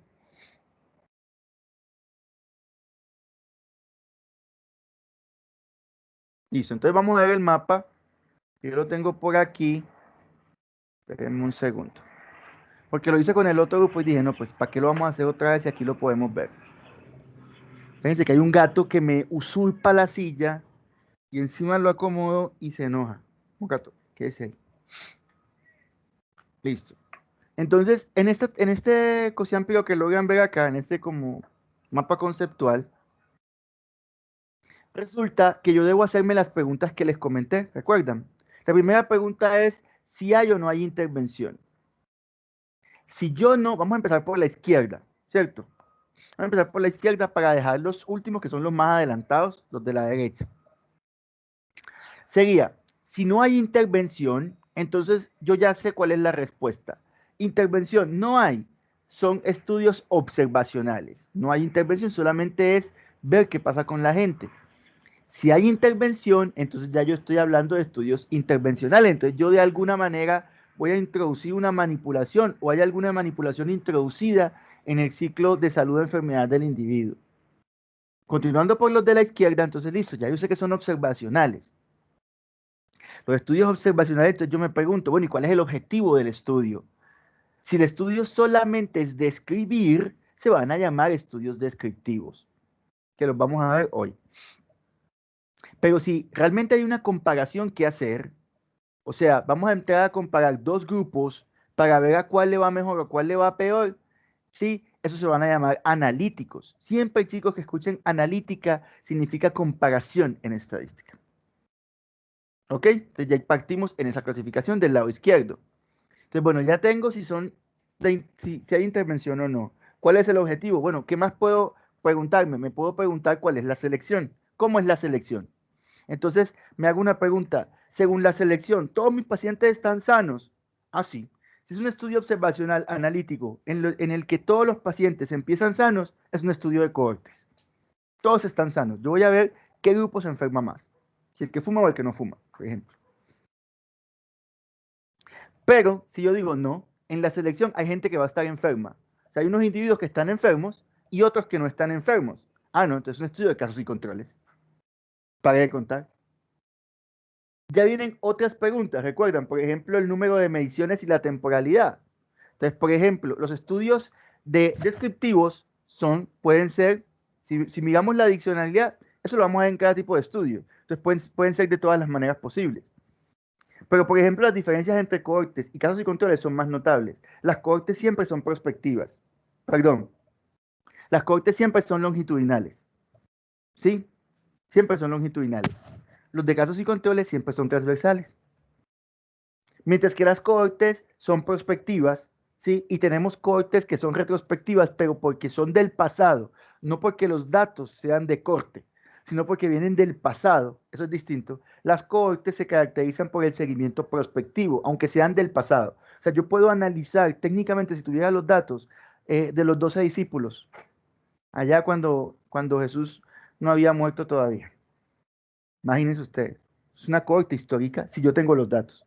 Se llama cohorte histórica o retrospectiva, pero se supone que deben tener datos de los apóstoles desde que aparecieron, o sea, de forma prospectiva. Mientras que los de casos y controles no, siempre van a ser retrospectivos y transversales. Entonces ahí puedo marcar una diferencia muy grande. Yo cuando me voy para el lado de la derecha, entonces yo digo, ¿hay intervención o no hay? Sí, hay intervención, bueno. Si hay intervención se van a llamar estudios intervencionales o de intervención, es decir, hay una manipulación. Y esa manipulación va a depender también de cómo se asigne. Entonces, donde me pregunto, ¿cuál es la asignación que se usa? ¿Es aleatoria o no es aleatoria? Si la asignación fue aleatoria, es decir, todos tienen el mismo chance de recibir cualquiera de los tratamientos o métodos diagnósticos o lo que sea, se van a llamar estudios experimentales. Son aleatorios, verdaderos experimentos. Pero si yo me hago una pregunta y es la asignación, ¿cómo va a ser? ¿Es aleatoria? No, no es aleatoria. ¿Es a conveniencia o porque tocaba? Se van a llamar estudios cuasi experimentales. No son aleatorios. O me tocó poner la intervención así porque no había de otra o porque el paciente ya la recibía. Venía ya con un tratamiento. No lo puedo cambiar. Cuasi experimentos. Y la última pregunta que me hago ahí es, ¿hay o no grupo de control? O sea, yo voy a comparar, obvio que sí, pero uno de los grupos sirve como referencia. Sí lo hay, entonces son con control. No lo hay, sin control. Entonces, para recordarles, les decía, los estudios experimentales y los estudios cuasi experimentales, a todos los llamamos ensayos clínicos, por igual. En medicina les decimos ensayos clínicos. ¿Cuál es la diferencia? Cuando yo digo ensayo clínico aleatorizado, ya estoy hablando de estudios experimentales. Cuando digo ensayo clínico no aleatorizado, estoy hablando de cuasi experimentales. Y los experimentales tienen ensayos clínicos aleatorizados con control o sin control. Y los cuasi experimentales también. Ensayos clínicos no aleatorizados con control o sin control. Ese es el mapa conceptual que para mí resume de la mejor manera posible todos los estudios que podemos tener en epidemiología. ¿Preguntas sobre esto, chicos? ¿Sí es claro o hay algo ahí que de pronto puntualizar? Andrea, que está sin Wi-Fi. Ok, Andrea. No hay problema.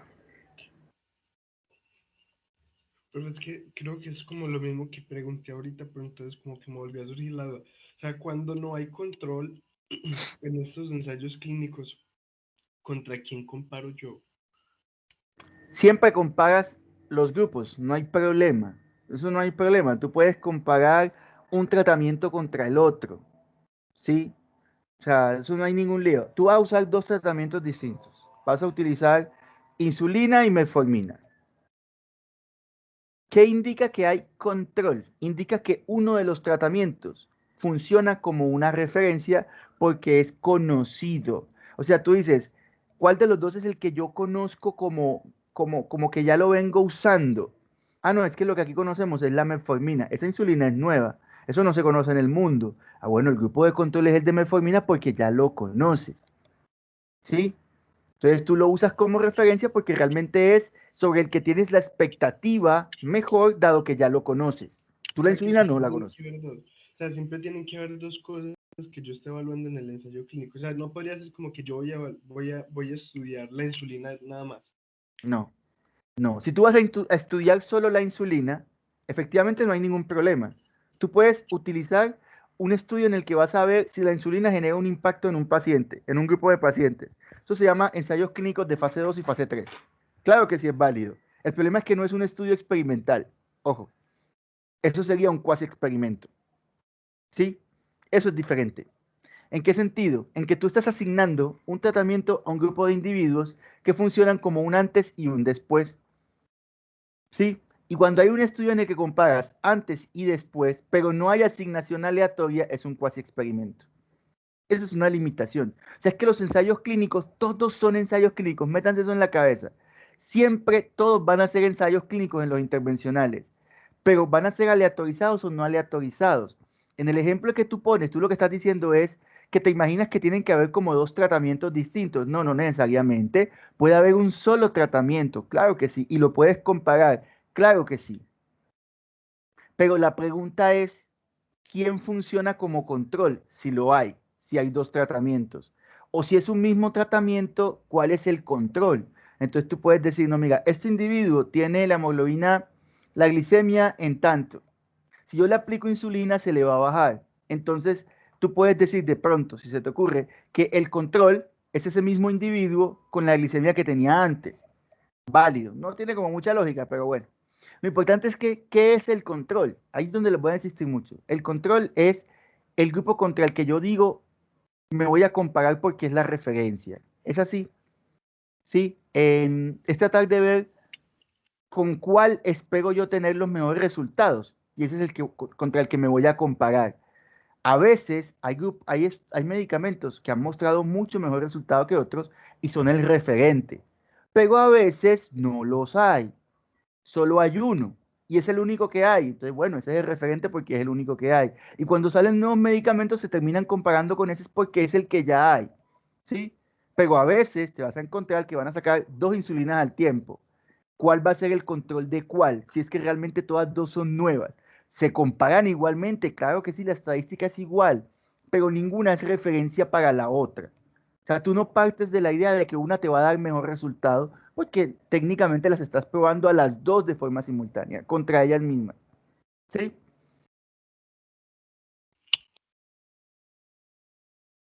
Hola. ¿Sí quedó claro? Sí, ya sí me quedó súper claro, pero muchas gracias. Ok, con gusto. De hecho, un ejemplo de control muy bueno, pero que no se usa mucho, es el placebo. Porque tú del placebo no esperas nada. Placebo no esperas absolutamente ningún resultado. Entonces, si tú comparas contra el placebo es el control. Vamos a ver qué produce más hipoglicemia, si la insulina o el placebo. Entonces, el placebo es el control, porque tú estás esperando que el placebo no produzca hipoglicemia. Todo lo que esté por encima del placebo, es decir, producir hipoglicemia, es malo.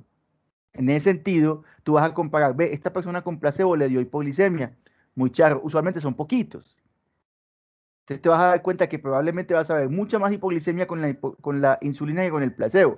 Entonces tú vas a decir, yo voy a tratar de que con la insulina que estoy fabricando no producir tanta hipoglicemia, que no sobrepase mucho al placebo. Eso es lo que significa el control. Bueno, chicos, nos falta la parte de descriptivo. Entonces, yo les propongo que hagamos una pausita de unos 5 minutos para poder continuar.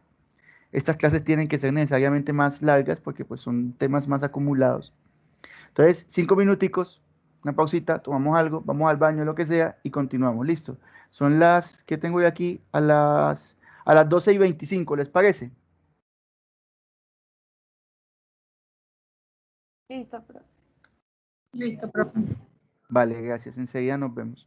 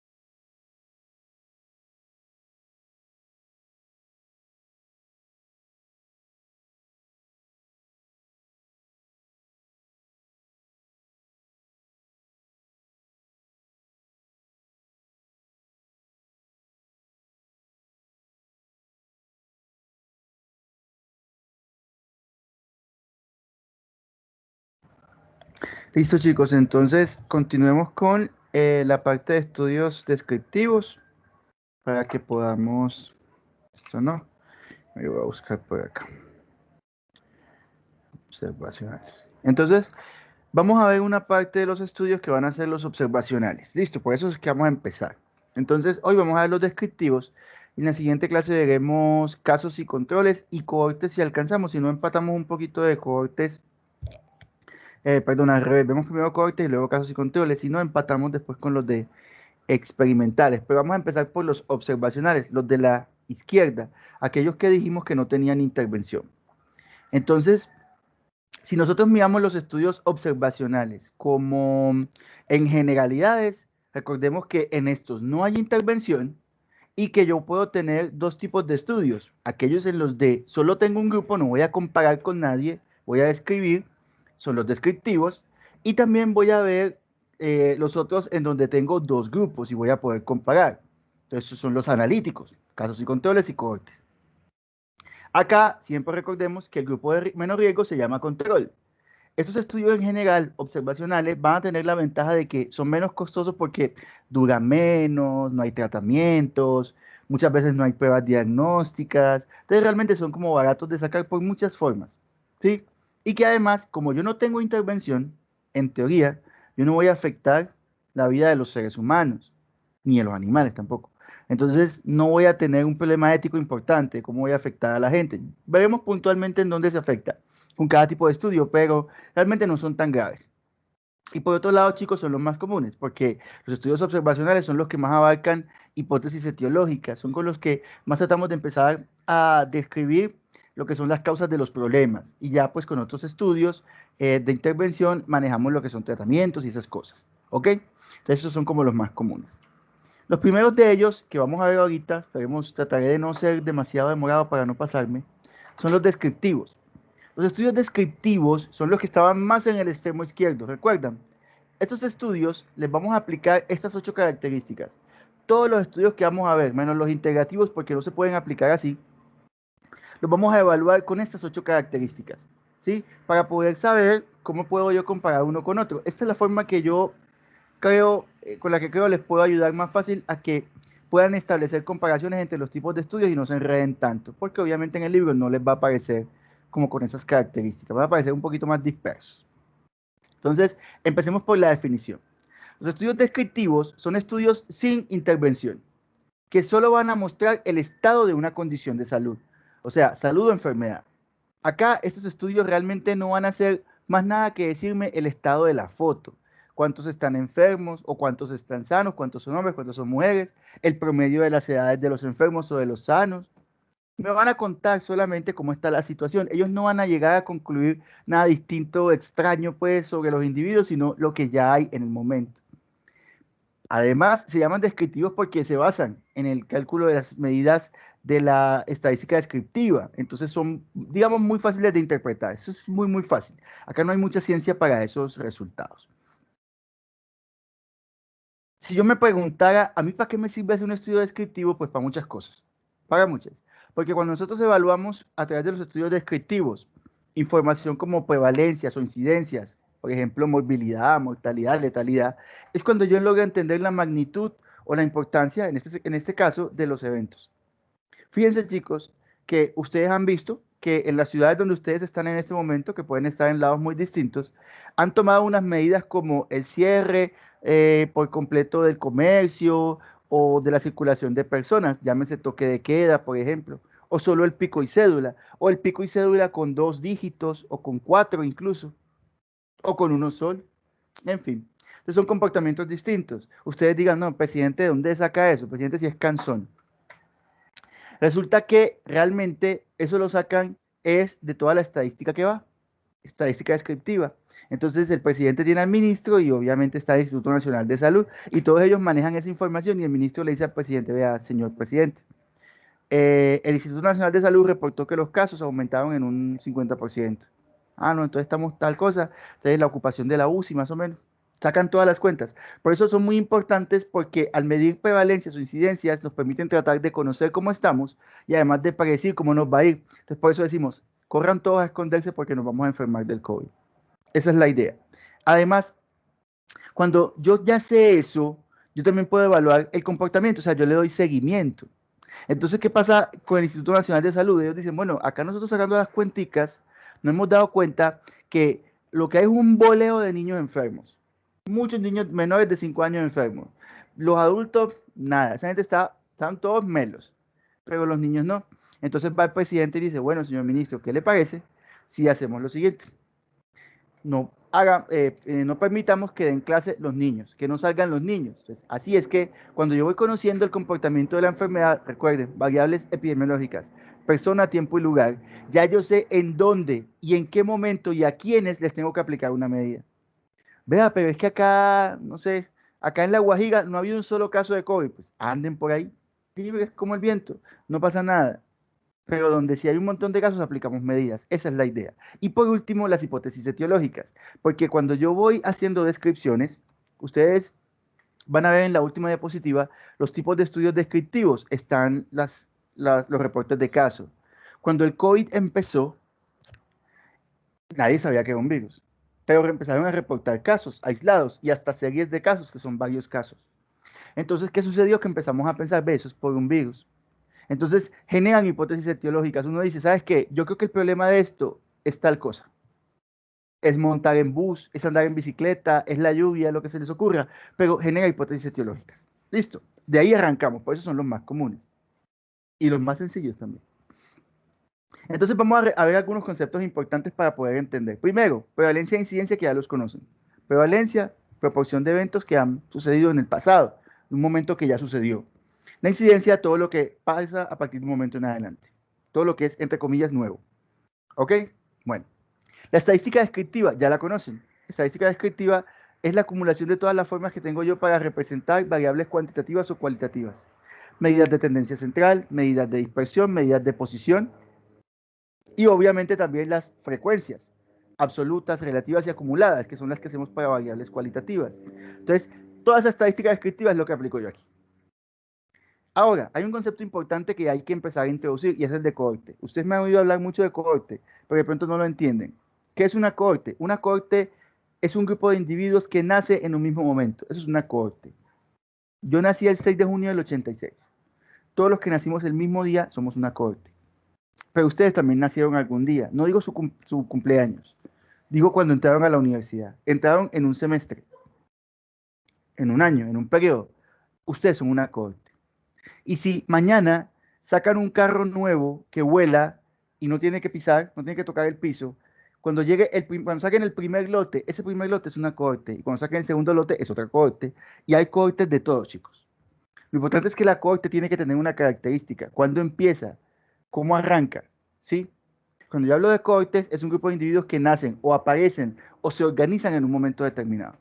¿Listo? Bueno. Por otro lado está el concepto de caso, que no solo lo vamos a ver acá como mencionándolo, sino que para los otros tipos de estudios nos va a servir. Y es que caso es un individuo que tiene una condición. Pero entonces les voy a poner un ejemplo. Si alguien se muere, es un caso de muerte. Ve, falleció un familiar. Esta persona es un caso de muerte. De lo que sea, caso de muerte por lo que sea. ¿Qué significa? Que esa persona murió. Pero ¿qué pasa cuando hablamos de un caso de muerte? Que las muertes no se pueden repetir. Uno no se puede morir 2 veces. Ni los gatos con sus supuestas 9 vidas. Uno se muere una vez y ya. Entonces, caso tiene una interpretación ambigua, como cuando hablábamos en vigilancia en salud pública, si lo recuerdan. Hay condiciones en las que si el individuo tiene o se convierte en caso, ya no puede volverla a tener. O sea, tengo a 10 personas en seguimiento. ¿Cuántos se han muerto?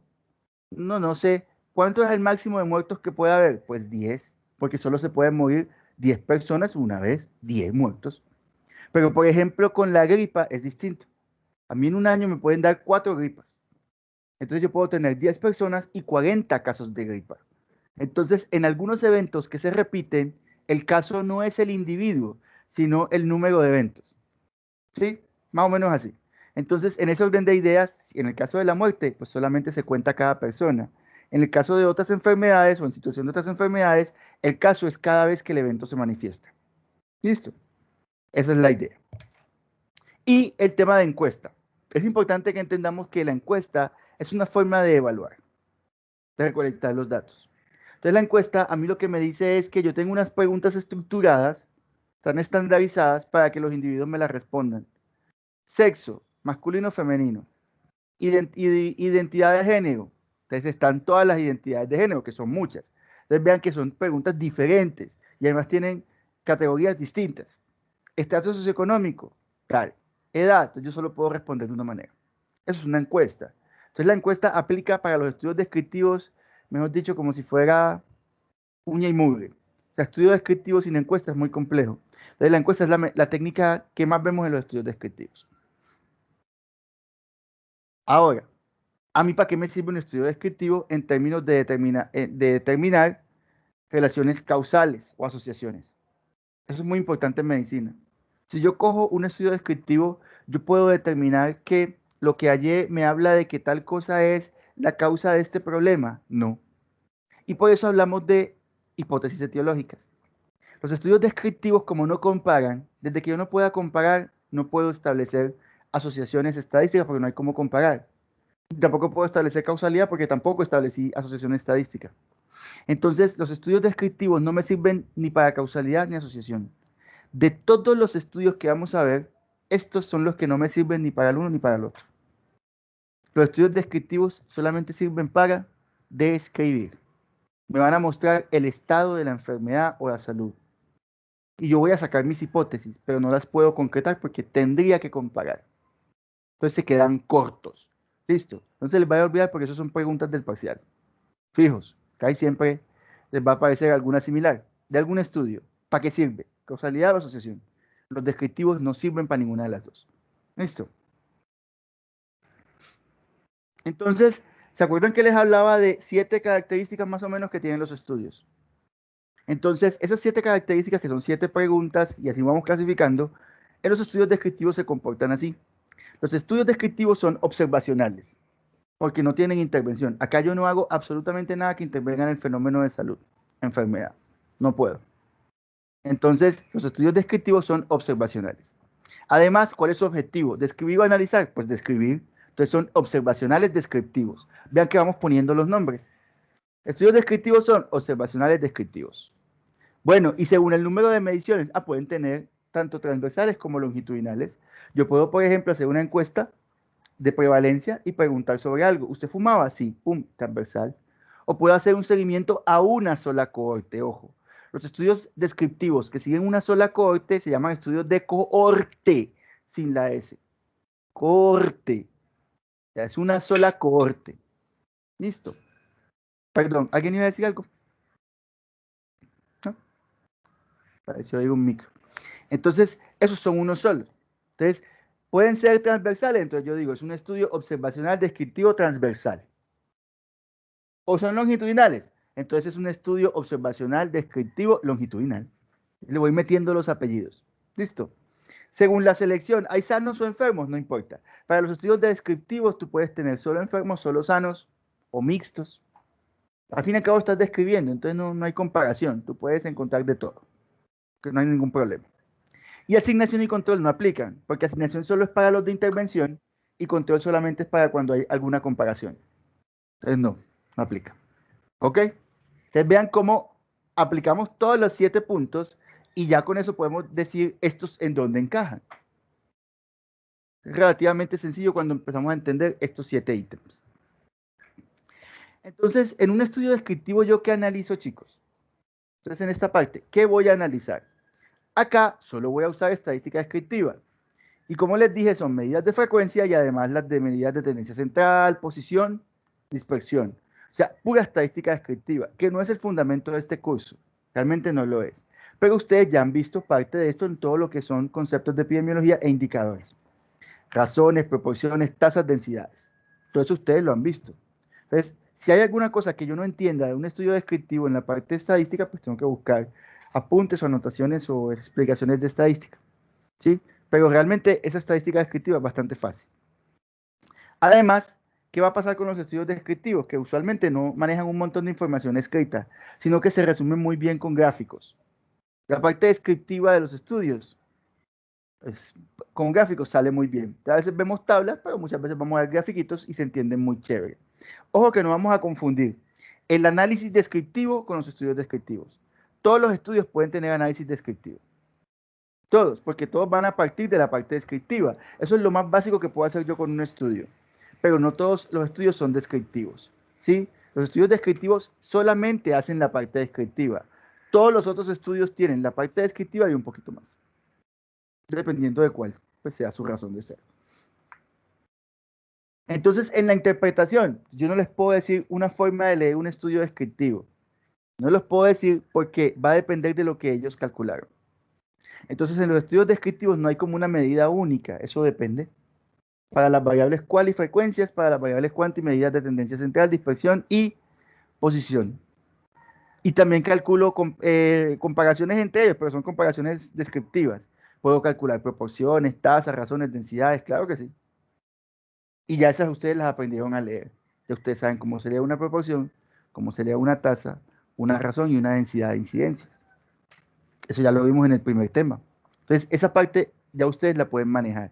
Pero todo lo que es estadística descriptiva, si se ven muchos, toca a uno pues leer esos temas. Listo.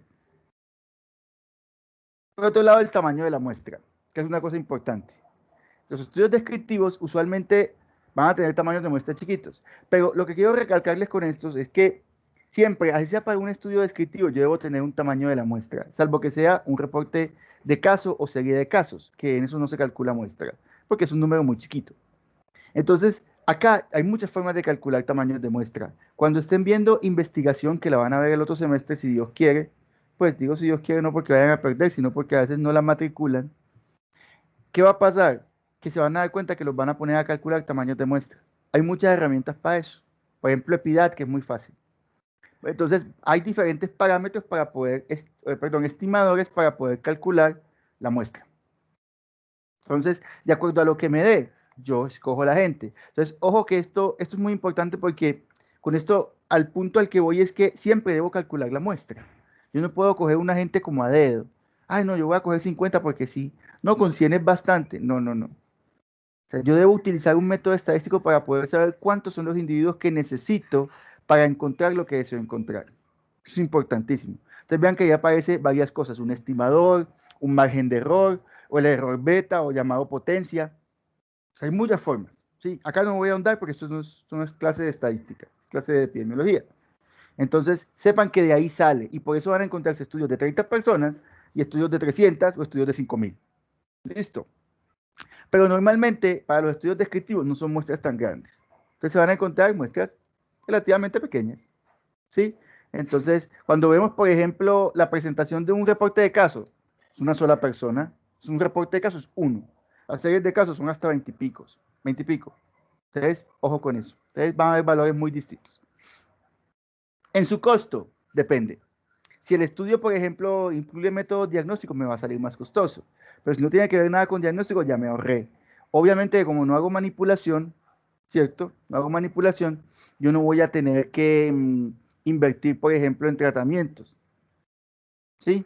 A veces necesito un método diagnóstico, pero es para poder conocer algo, como por ejemplo, un estudio de prevalencia de COVID. ¿Sí? Estudio de seroprevalencia de COVID es un estudio descriptivo.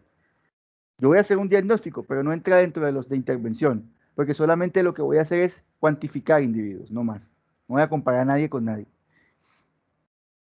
Entonces, yo puedo pensar que entre más muestra hay, pues más plática voy a gastar, y eso sería evidente. Más tiempo y más gente que necesito. Pero en general, recuerden que les hablaba de las encuestas. Y las encuestas son el método más común en los estudios descriptivos. Preguntar. Preguntar y de pronto hasta observar.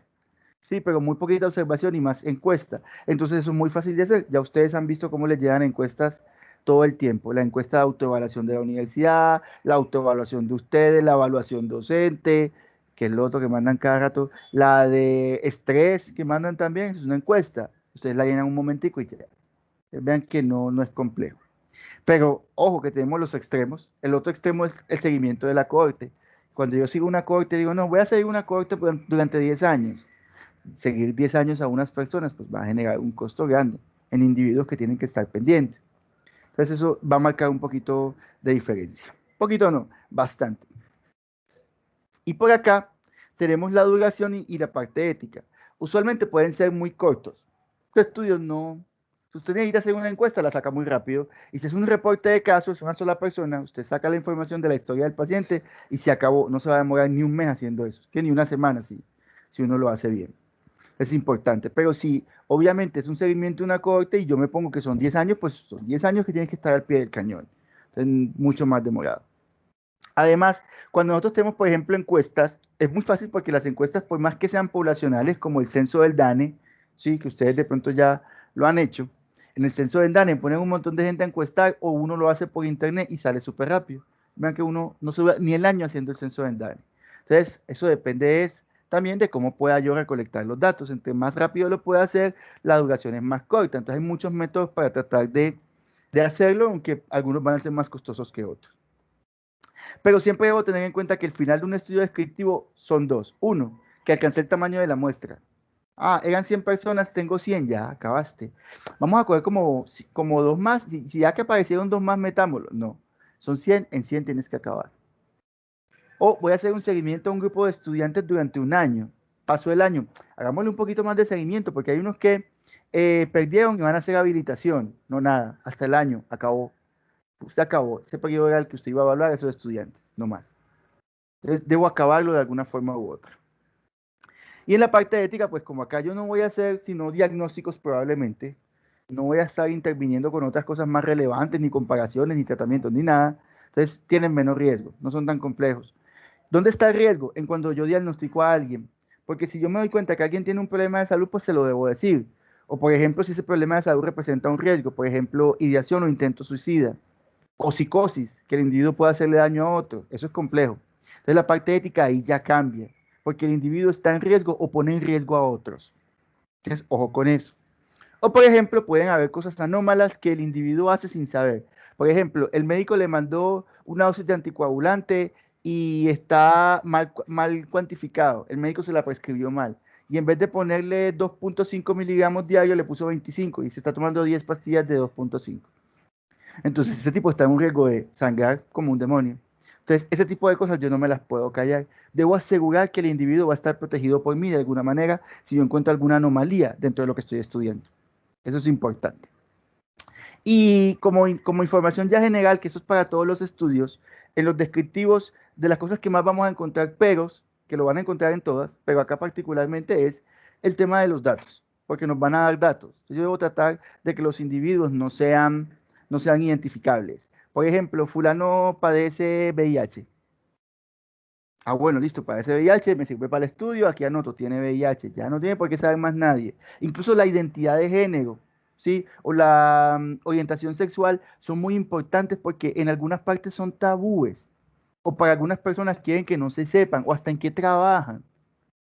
Imagínense, a veces hay encuestas que se pregunta, por ejemplo, si el individuo tiene otra pareja, por ejemplo, si es promiscuo, si tiene moza, si tiene mozo. O sea, entonces, obviamente yo debo evitar que eso se filtre, porque parece una pendejada, pero las condiciones éticas respetan eso.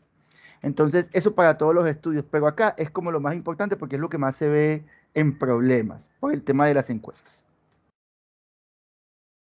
Esos son los tipos de estudios que vamos a tener descriptivos. No los vamos a ver uno por uno porque no tiene sentido. Cada cual se analiza de forma distinta.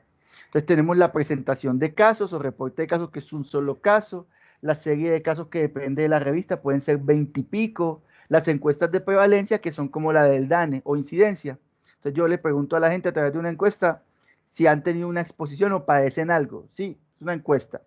Los estudios de cohorte, no se les olvide, no quiero que se confundan con eso, una sola cohorte. Siempre es una sola porque no hay con quién comparar, es una sola. Entonces yo sigo un montón de gente a ver cómo les va con una situación. Y los estudios ecológicos casi no se usan en medicina.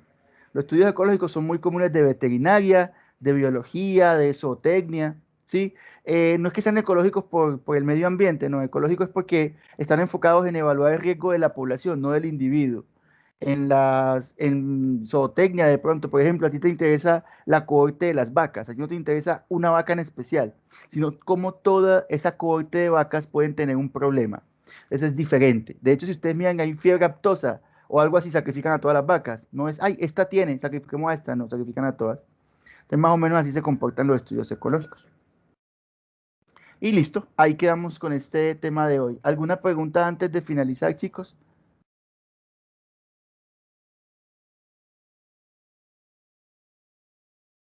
¿Todo bien? Entonces,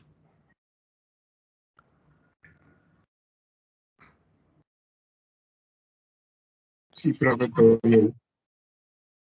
Sí, ok, profe, todo gracias. claro. Gracias por responder, muchachos. Bueno, entonces nos vemos la siguiente clase, que es la del viernes, con el otro tema. Gracias por haber estado. Yo sé que es un momento muy maluco para todos por toda la situación del país. De hecho, hay informes de muchas marchas, pero con connotaciones bastante pesadas el día de hoy. Entonces, sean o no partícipes de las marchas, si tienen que salir a la calle, cuídense por favor, porque pues, es posible que hoy haya muchos problemas, entre hoy y mañana tal vez. Entonces, cuídense mucho, recuérdense que las casas los necesitan un montón. Cualquier duda me pueden escribir, ya saben, por el Teams, trato de responderle apenas lo vea. Entonces, saludos en sus casas y que, no, pues, que pasen una tarde muy buena. Nos vemos el viernes. Profe, yo sí tengo una pregunta acerca de la flexibilidad. Dime, Emanuel. Que se expandió, pues la flexibilidad también, como en la semana pasada, implica que no se pueden hacer actividades evaluativas. No, sí se puede. O sea, la flexibilidad como se manifestó ¿cómo que se llama? En el comunicado, lo que dice es que tú puedes hacer, o sea, tú puedes no. Realmente dice de forma explícita, las clases se deben seguir dando. Lo que se recomienda, dicen, por favor, colocan nuestra decanatura de coordinación, es no hacer las actividades evaluativas si no hay necesidad. Pero en el caso de que hubiera, o porque hay un grupo de estudiantes que las pueden realizar por alguna u otra razón, se hace la actividad evaluativa, pero se le debe brindar el, ¿cómo se llama? El supletorio a los que no estén presentes, sin pagar el supletorio. Es lo que dice el comunicado. O sea, supónganse que hay una evaluación de epidemiología mañana y resulta que todos van a ir menos Emanuel, porque Manuel va a estar en una marcha apoyando a un familiar, válido. Entonces, hay que hacerle el supletorio a Manuel, pero Manuel no paga el supletorio. Eso es lo que dice el comunicado. Pero la recomendación es no hacerla, precisamente para no entrar en las diferencias, en que unos la hicieron y otros no. Entonces, ahora, ¿cómo hago para que no sean iguales? Porque eso es complejo. Entonces, ¿se pueden hacer? Sí, pero lo recomendado, según el comunicado, es que no, y si se hacen, no se cobra el supletorio. Ah, ok, muchas gracias. Ok, por eso les digo, les agradezco mucho que hayan estado presentes porque es un esfuerzo para ustedes. Para muchos de nosotros también es un esfuerzo porque yo creo que hay un problema colectivo en la actualidad a muchos. La situación nos ha pegado muy duro. Aunque parezca que no y no somos nosotros directamente los implicados, de alguna manera sí. Alguna red neuronal extraña nos conecta y nos ha hecho sentir mal. Entonces, yo entiendo sus situaciones y entiendo que muchos pueden estar en condiciones mucho peores, tal vez que la mía o la de los compañeros. Entonces, les agradezco por estar presentes. Y a los que vean el video después, pues nada, trataremos de hacer lo posible para que no se sientan atrasados o no se vean desmejorados. Pero bueno, vamos a tratar de seguir adelante en la medida de lo que podamos, chicos. Igual somos seres humanos y todas estas cosas nos pasan. Feliz tarde, muchachos. Juan, cuéntanos. Igual. Profe, en el taller de la semana pasada es que no entiendo lo de los ejemplos del COVID con los criterios de Austin Bradford Hill.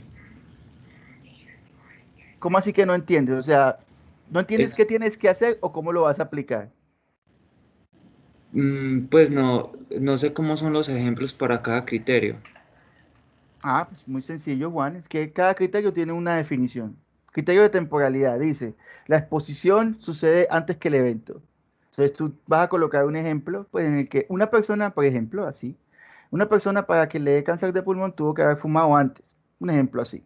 Entonces tú vas a inventar una situación hipotética en la que demuestres que la exposición sucedió antes del evento. Mecanismo de coherencia. Bueno, el mecanismo de coherencia ya está documentado. Por ejemplo, aquí hay un estudio. Hay un estudio que dice que a uno el COVID le da esto y pasa esto en el pulmón, entonces después uno se enferma y pum, patatús.